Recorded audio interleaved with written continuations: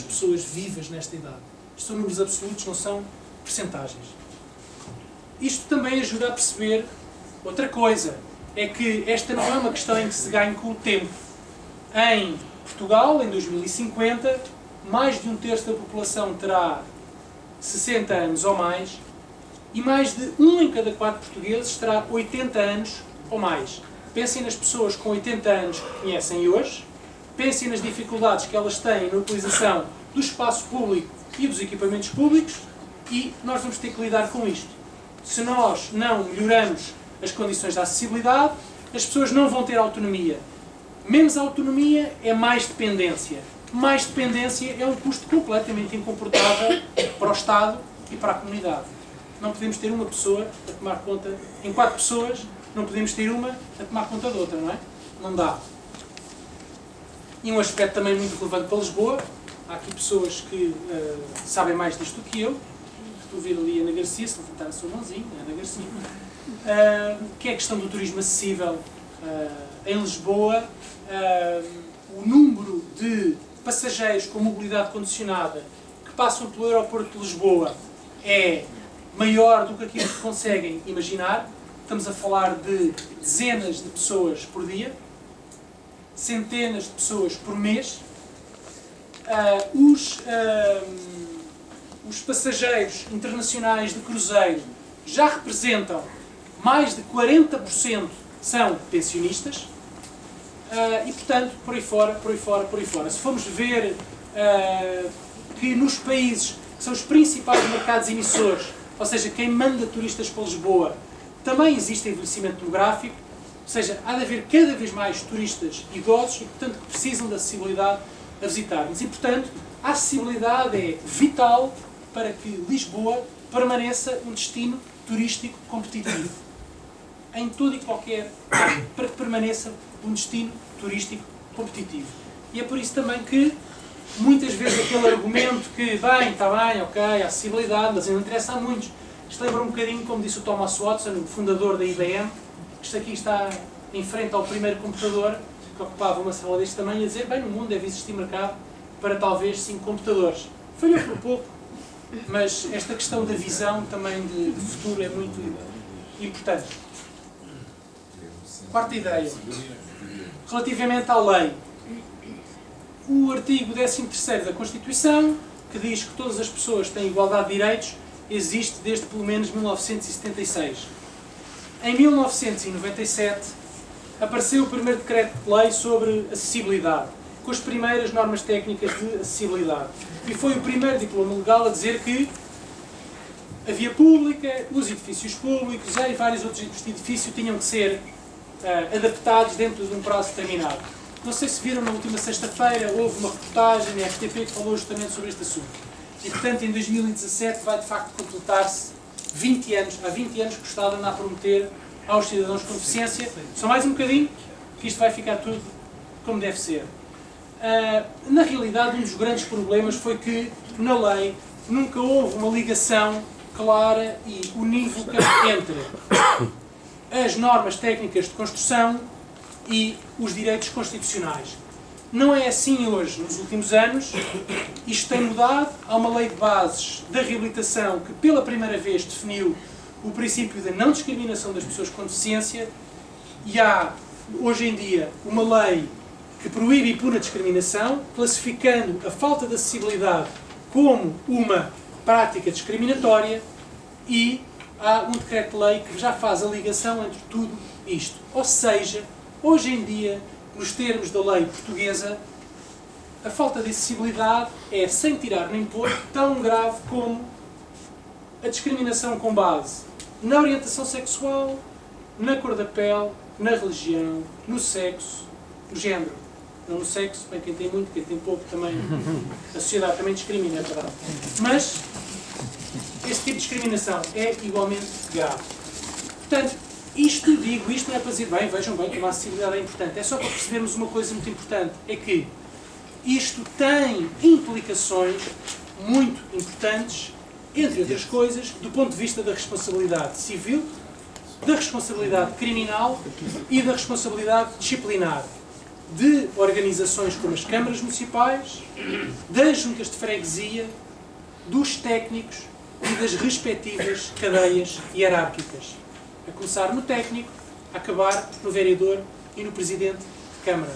E, portanto, a coisa hoje fia mais fino, até porque a lei hoje dá às pessoas com deficiência meios para que elas possam apresentar queixa e pedir uma indemnização pela discriminação. E há uma coisa muito interessante, é que elas não têm que andar à procura de qual é a autoridade inspectiva com competências, basta apresentarem a queixa ao Instituto de Reabilitação, não é preciso provarem, neste caso existe uma inversão do ónus da prova, anda-se a falar da inversão do ónus da prova para enriquecimento ilícito, aqui já lá está, tem que ser o acusado de discriminar, tem que provar que não discriminou, e as organizações que representam pessoas com deficiência podem constituir-se como assistentes no processo e suportar as custas jurídicas. Portanto, as pessoas hoje têm ao seu alcance meios para se queixarem. Se o fazem mais, menos, deviam fazer mais ou menos, é com elas. Têm esses meios. Quinta questão. Um erro que foi frequente, e eu também me acuso, porque também participei dele, durante bastante tempo na Câmara, foi que a malta que aqui na Câmara se interessava por acessibilidade achava sempre que o que é preciso é criar uma comissão, centralizar uma comissão. O que é preciso é criar uma equipa, centralizar uma equipa.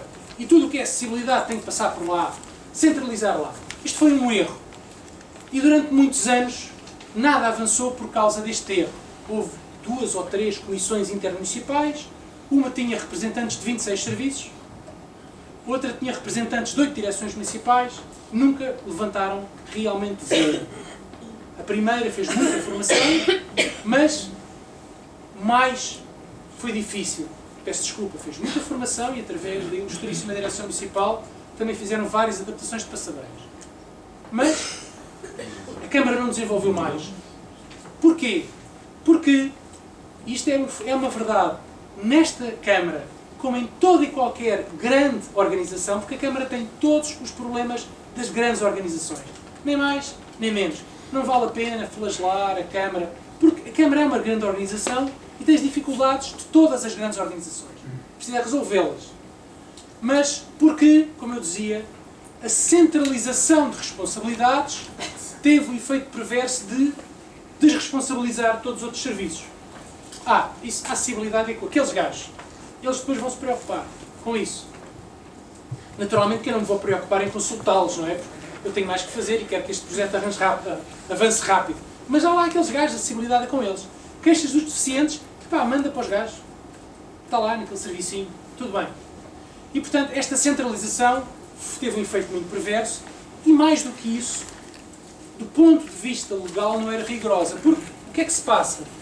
As várias exigências legais interpelam a Câmara e a Câmara, através da sua própria estrutura orgânica, transfere essas exigências legais para os diferentes serviços. Ou seja, quem tem a obrigação de adaptar passadeiras não é a equipa da acessibilidade, é a Direção Municipal de Projetos e Obras.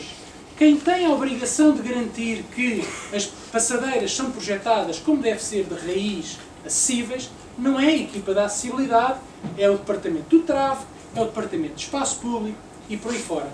E isto é assim com todas as exigências legais relativas à acessibilidade, à adaptação de equipamentos desportivos, culturais e por aí fora, e por aí fora. São os serviços que têm que se organizar para cumprir as competências que são deles.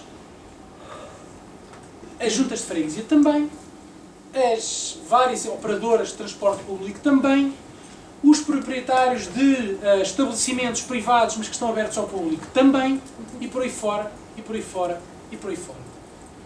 Portanto, o que é preciso é um quadro de referência e uma direção. Era para isso que era preciso um plano. No fundo, para fazer um esforço coordenado e sustentado, que estamos a fazer entre 2014 até ao final de 2017, para dar corda à Câmara. Porque a Câmara é como se fosse uma, passa a comparação, uma gigantesca ceifeira debulhadora. Está, nesta direção. a melhor ferramenta para tornar Lisboa acessível é a Câmara. Portanto, o que nós temos que fazer é orientar a Câmara na direção da acessibilidade. E então conseguimos pôr todos os 10 mil funcionários da Câmara agrupados nas 150 divisões, que estão agrupadas em 50 departamentos e 9 direções municipais, mais ou menos, tudo a trabalhar pela acessibilidade. Esse é o principal desafio do plano. E, portanto, o plano pretende mudar a Câmara para que a Câmara mude a cidade. Mas, como também aprendemos, não é só a Câmara que mexe na cidade. Há várias outras entidades. As juntas de freguesia, loteadores, e por aí fora, e por aí fora, e por aí fora. Quem tem que mexer no espaço público. E até pessoas que até podiam fazer um bocadinho mais. Há vários casos de edifícios que, durante a construção, ocupam todo o passeio. Não há razão nenhuma para, quando levantam os andaimes e têm que reconstruir o passeio, não reconstruírem o passeio como deve ser, e se houver lá passadeiras, deixar as passadeiras adaptadas. É porque se não forem eles a fazer isso, vai ter que ser o erário público a pagar. Portanto, também há aqui uma questão de racionalidade económica. E, portanto, também há juntas de freguesia a mexer, há várias outras entidades. Portanto, o plano dá orientações vinculativas para os vários serviços da Câmara e dá orientações não vinculativas, porque a Câmara não o pode fazer, para várias outras entidades. A Câmara pode definir orientações vinculativas, mas isso tem que ser por regulamento, num processo mais moroso, etc. Há muita gente que quer fazer, só precisam é que lhe digam como. Esse é o nosso desafio. O plano tem 3 objetivos: impedir a criação de novas barreiras, ou seja, prevenir. Para isto não faz falta dinheiro, fazem falta uns trocos, mas não podemos queixar-nos com a crise, que é preciso fazer como deve ser. Adaptar as edificações existentes, isto é um processo moroso, temos que primeiro parar de cometer erros, prevenir, depois programar e saber o que é que queremos e progressivamente irmos fazendo e agarrando qualquer oportunidade que apareça para conseguir contratualizar com outras entidades ou fazer este bocadinho e aquele bocadinho e aquele bocadinho e aquele bocadinho. Neste momento, por exemplo, há mais de metade das juntas de freguesia em funções, mais de metade dos executivos têm nos seus programas eleitorais a calmia de tráfego e a adaptação de passadeiras para os deficientes. A nossa função é conseguir fazer com que, se as juntas querem investir, força, então vamos enquadrar para que aquilo que é feito seja bem feito e vamos sistematizar para que a junta que quer fazer qualquer coisa não tenha que andar a bater à porta de vários serviços da Câmara para saber se pode e como é que é. E mobilizar a comunidade é o terceiro objetivo do plano, ou seja, que é porque não é só a Câmara que faz a cidade. Obviamente são várias outras entidades, como disse. Como é que o plano foi feito? Estamos quase lá. Como é que o plano foi feito? O plano foi feito, antes de mais, com muita participação pública. Não tanta como a que gostaríamos, não houve meios para mais, mas procurámos fazer sessões de auscultação da população idosa, procurámos sempre que possível, em vez de ouvir os técnicos da Câmara para um lado, a população para o outro, juntar toda a gente e definir, através de processos, dinâmicas de grupo estruturadas para toda a gente trabalhar em equipa, correu sempre maravilhosamente, e foi sempre muito produtivo. Outra coisa que fizemos foi, também pusemos a mão na massa, demos ajuda a vários colegas de outros serviços que estavam a fazer projetos, que estavam a fazer obra, e agarramos essas oportunidades para aprender, testar e afinar. E as ferramentas de trabalho que hoje estamos a disponibilizar, que estamos a disponibilizar aos diferentes serviços municipais, baseiam-se na lei e em muita experiência prática. Que é para não estarmos, desculpem a expressão, na retranca a falar de cor, ou para não estarmos, desculpem a expressão, mandar bocas sobre coisas que nós nunca fizemos. muita interação com a comunidade também no desenvolvimento de projetos, neste caso para o projeto do orçamento participativo, que já vou fazer uma breve referência a seguir. Outra coisa que também foi muito importante foi recolher informação, tratar informação, obter factos, basear o mais possível em factos. Por uma razão muito simples. É porque se nós não usamos factos, aquilo que acontece é que usamos ideias feitas. Fatalmente, as ideias feitas costumam estar erradas. Não sabia muito pouco sobre atropelamentos. Nós fomos perguntar então como é que são os atropelamentos. Todas as ideias feitas que recebemos de especialistas em tráfego em Lisboa, muitas delas estavam erradas. Pois, há atropelamentos porque os peões atravessam fora das passadeiras. Não é verdade. Mais de 60% dos atropelamentos ocorrem na passadeira ou na envolvente imediata. Mais de um quarto dos atropelamentos ocorrem, em mais de um quarto dos atropelamentos, a vítima foi colhida sobre a zebra. Mas se atravessam em cima da passadeira, porque também atravessam com o vermelho para o peão. Há sempre, em todos os anos em registro, mais peões atropelados com o verde para o peão do que com o vermelho para o peão. E se quiserem saber, um terço das vítimas menores, até aos 15, foram colhidas quando estavam a atravessar com a zebra, a atravessar com o verde, ou quando nem sequer estavam em cima da faixa de rodagem. Ou seja, a estas crianças e aos pais delas não vale a pena vir falar de educação. Eles estavam a fazer tudo certo. Bem, e portanto, factos. Também perceber, havia fluxos de tráfego, contagens de tráfego, etc. Não havia uma ideia de onde é que é provável haver mais intensos, pois isto não se vê nada, ser mais intenso o tráfego pedonal. Fizemos um mapa de potencial pedonal, que é o modelo SIC, que agora estamos a afinar, para se perceber onde é que é provável ser mais intenso o tráfego dos peões, porque isso vai ajudar a Câmara a definir prioridades de intervenção. Não podemos ir a todas ao mesmo tempo. Fizemos um levantamento exaustivo de algumas áreas piloto de espaço público e agora queremos definir procedimentos próprios para com a Junta de Freguesia e com vários serviços da Câmara atualizar e alargar. Perceber onde é que há desconformidades, onde é que há obstáculos, para cada tipo de obstáculo caracterizá-lo, ter uma imagem, qual é a solução tipo, essa solução tipo tem um custo estimado e nós somos capazes de estimar a adaptação de ruas, passadeiras, freguesias e por aí fora. E poderão os serviços ir eliminando estas barreiras. Adaptação de equipamentos municipais. A primeira coisa era perceber então em concreto o que é preciso fazer. Porque toda a gente, ninguém se dá ao trabalho de ver o que é preciso fazer. Mas quando chega à altura de estimar custos, ninguém se chega atrás. Isso aí são para aí uns 10 milhões. Bem, o Museu da Cidade era 2 milhões, 3 milhões, 1 milhão. Adaptar o Museu da Cidade de Lisboa custa qualquer coisa como 300 ou 200 mil euros. O arquivo fotográfico era quanto? Não sabe de cor. O Mário Ferreira, por exemplo, foi quem fez este estudo. Temos valores e agora temos material para dar aos serviços para que o Departamento de Cultura, Desporto, etc. saiba o que é progressivamente preciso ir fazendo em cada um destes equipamentos. As áreas operacionais são 5. O plano, muitos de vós já devem saber isto, não vos vou amassar. Só para dizer o seguinte, a definição desta estratégia foi um exercício de escolhas.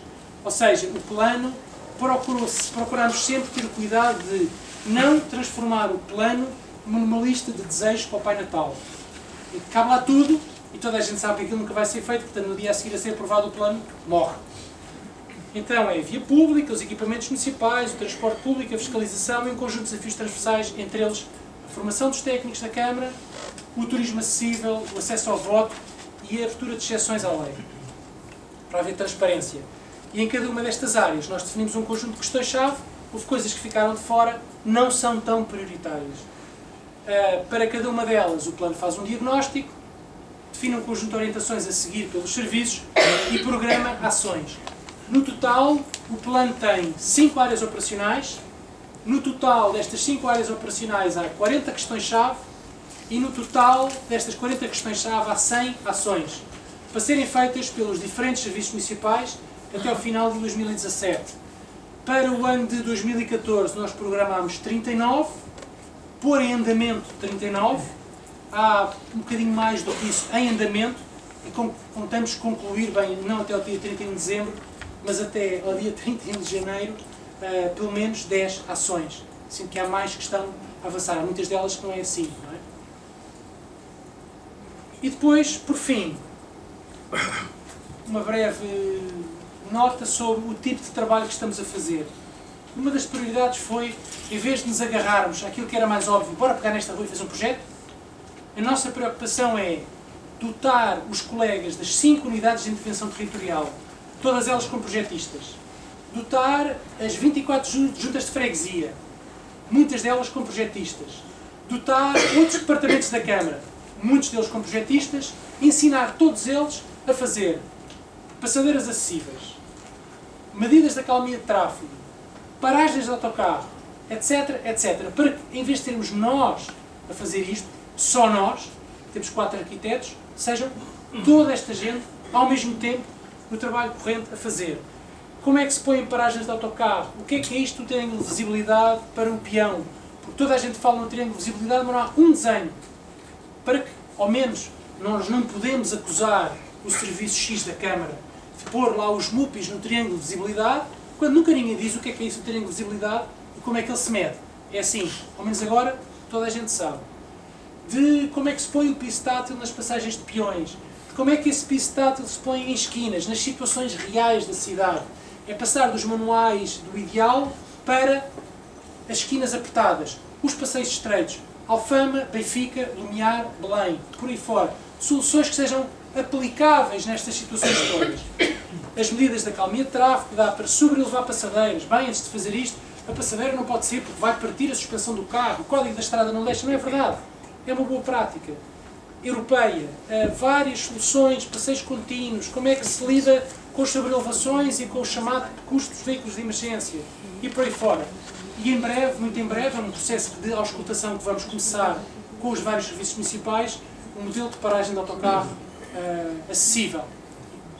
A nossa prática é, primeiro, fazer uma base de trabalho, a seguir, desenvolver e aperfeiçoar com os serviços municipais, a seguir, circular para consulta pública e depois publicar online e aplicar regularmente. E depois, anualmente, ir fazendo versões atualizadas porque nós não vamos acertar à primeira.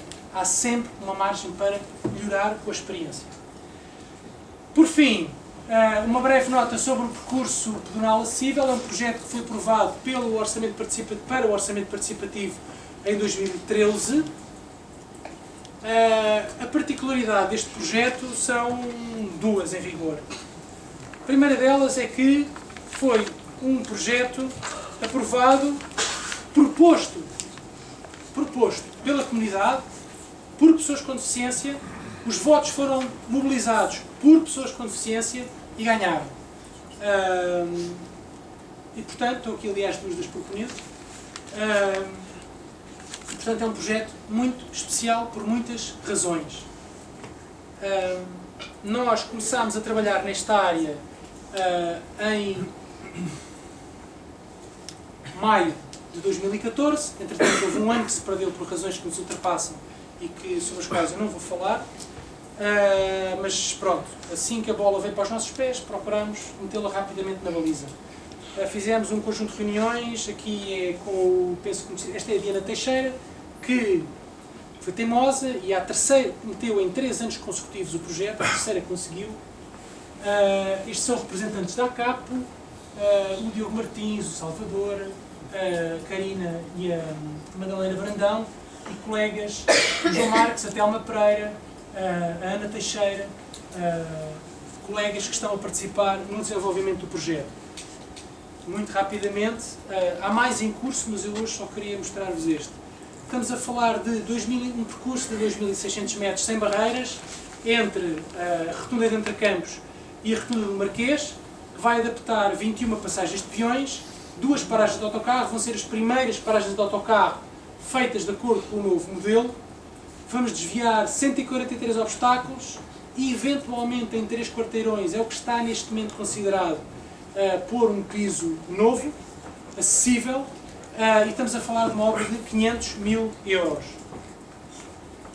Relativamente aos semáforos, está prevista alterações ao nível da localização de algumas colunas de semáforo, da temporização dos semáforos em todas as passadeiras e também da introdução de mecanismos acessíveis para os peões com deficiência visual. Há um conjunto de zonas singulares em que este projeto não vai mexer, porque há outros projetos da Câmara em curso, não vale a pena atropelarmos uns aos outros, para a Rotunda de Entre Campos, para a Praça do Campo Pequeno, Praça, não do lado Poente, para o Saldanha, para as Picoas e para a Rotunda do Marquês de Pombal, para a qual já também desenhámos todo o piso tátil para as passadeiras.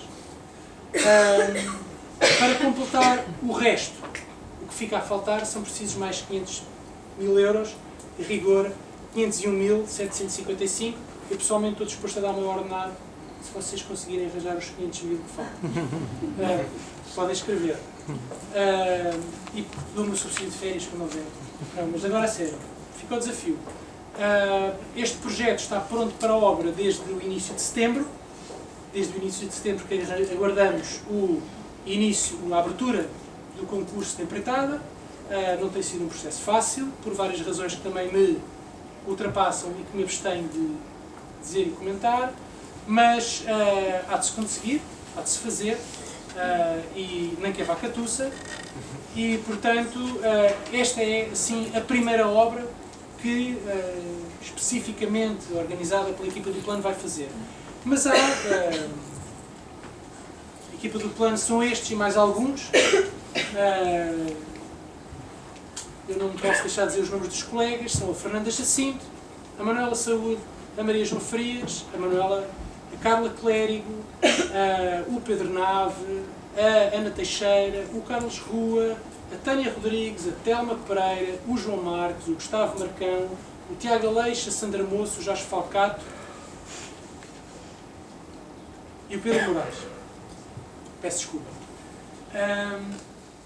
E está toda a gente empenhada em trabalhar. Há um desafio que eu não posso deixar de fazer, que é o seguinte, para quem estiver aqui interessado, nós temos uma política, isto é o minuto extra, ok? Nós temos uma política de abertura e de empenho na parceria com, isto é mais divertido, temos uma política de apoiar ativamente os investigadores que queiram para teses de mestrado ou para teses de doutoramento, ou até quem sabe, para projetos de licenciatura, não temos problema. Temos uma política de apoiar ativamente. Um capítulo do plano foi feito por uma tese de mestrado, outro capítulo de uma pessoa que trabalhou connosco e nós ficámos com um capítulo, ela ficou com uma tese de mestrado.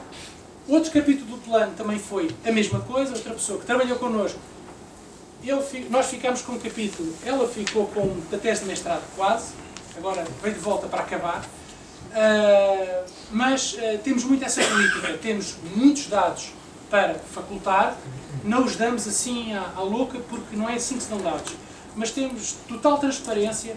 Quem quiser saber quantos atropelamentos ocorreram na sua rua, e-mail, equipa.acessibilidade.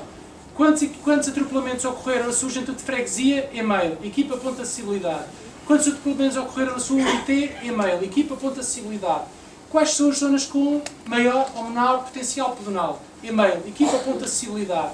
Onde é que há dados disponíveis sobre as barreiras na via pública, com respectivas soluções tipo, e-mail, equipa.acessibilidade.